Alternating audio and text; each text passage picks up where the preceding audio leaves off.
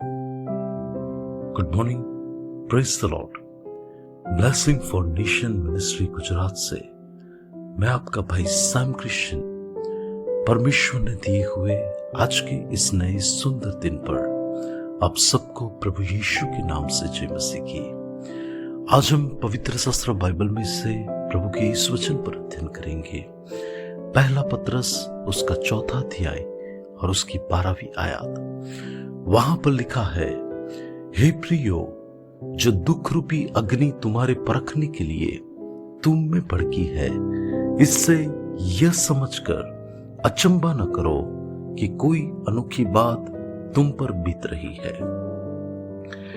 मसीह यीशु में मेरे प्रिय भाई और बहन, इस कलेश से भरे हुए संसार के अंदर जब हम जीवन बिताते हैं, तब दुख रूपी अग्नि हमारे जीवन के ऊपर आती है। कोई जन इस दुख रूपी अग्नि से वो दूर नहीं रह सकता। यानी हर एक मनुष्य अपने जीवन में उसका सामना करता है, लेकिन मसीह लोगों में वो चीज उसकी हानि के लिए नहीं होती, लेकिन वो दुख रूपी अग्नि उसके परखने के लिए होती है। और इसलिए भी होती है कि वो व्यक्ति उसमें और भी तैयार होकर वो प्रभु में ऐसा शुद्ध होता जाए, वो अपने जीवन में ऐसी कुछ अनोखी बातों को समझ सके जो परमेश्वर की ओर से होती है, ताकि उसमें वो अपनी भलाई को आगे जाके देख सके। बाइबल में आप यूसुफ के जीवन के बारे में देखें कि जब वो 17 साल का था, तब उसने अपने जीवन पर एक बार नहीं लेकिन 2 बार एक ऐसा स्वप्न देखा जिसका भेद ये था कि परमेश्वर उससे बड़े स्थान पर रखेगा और उससे आशीष देगा। लेकिन उस स्थान तक पहुंचने के लिए उसके जीवन में जो अग्नि रूपी जो दुख आने वाले थे, वो बात उसे स्वप्न में नहीं देखी थी।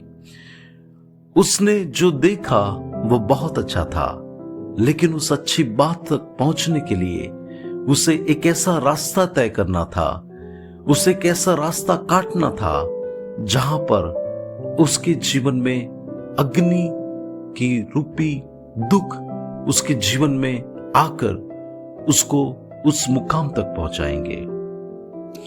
कभी भी कोई भी सफल व्यक्ति सीधा ही सफल व्यक्ति नहीं बनता। उसे उस मुकाम तक पहुंचने के लिए कई सारे संघर्ष, कई सारी परीक्षा और कई सारे ऐसे कष्टों का सामना करना पड़ता है, और उसके बाद में वो वहां पर पहुंचता है। जब यूसुफ एक समय पर एक राजा के स्थान पर पहुंचा, तब उसने कहा कि परमेश्वर ने तो मेरा भला किया है। हो सकता है आज इस संदेश को सुनने वाले में से कोई व्यक्ति आज कह रहा हो कि मैं आज एक ऐसे दुख के समय से गुजर रहा हूं या गुजर रही हूं, मेरे जीवन में कठिन दौर चल रहा है, लेकिन उस बात को लेकर आपको आश्चर्य करने की कोई आवश्यकता नहीं है। आपको अचंभा नहीं करना है कि कोई अनोखी बात आप पर बीत रही है। अय्यूब के जीवन में भी देखो कि उसके जीवन में दुख रूपी अग्नि आई, उसके जीवन में उसे परखने के लिए उस पर भड़की, लेकिन हम जानते हैं कि एक समय के बाद परमेश्वर की ओर से उसके लिए जो परिणाम आया कि वो व्यक्ति दुगुनी आशीष पाकर प्रभु की ओर से सम्मानित हुआ।